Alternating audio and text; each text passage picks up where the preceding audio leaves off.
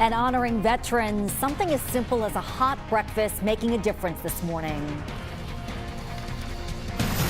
News 4 Midday starts now.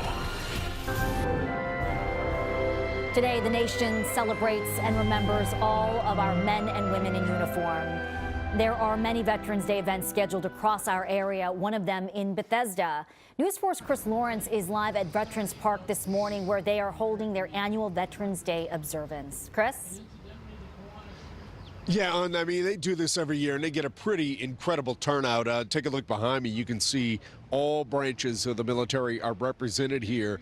But despite beautiful ceremonies like this one here in Bethesda, far too many veterans in our area are still homeless. And that's why we saw various organizations, both here and in D.C., honoring our veterans in different ways.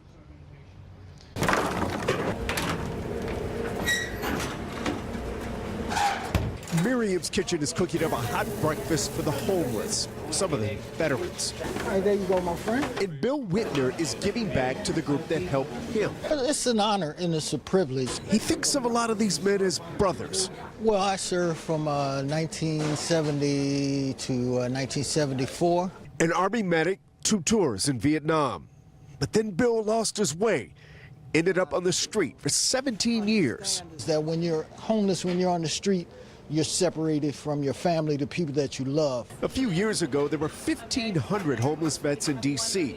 Groups like Miriam's Kitchen have cut that down to a few hundred. But rents are so high in D.C., and so is poverty. They can't put a dent in that last 300. As fast as they find a home for one veteran, another one goes homeless. Applesauce? Miriam's Kitchen helped Bill find a home of his own and want to do the same for everyone here. Let me show you something, Chris. Having these is all, it's the world to me.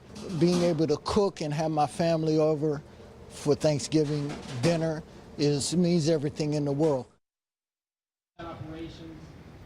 Yeah, it's just incredible. Next week, Bill's going to be having Thanksgiving dinner with his daughter, granddaughter, and some of his great-grandchildren as well, all thanks to Miriam's Kitchen. And as we pause and think back and remember all the veterans here today, you got to think about those hundreds of veterans still in our area who still do not have a home. Live in Bethesda, Chris Lawrence, News 4.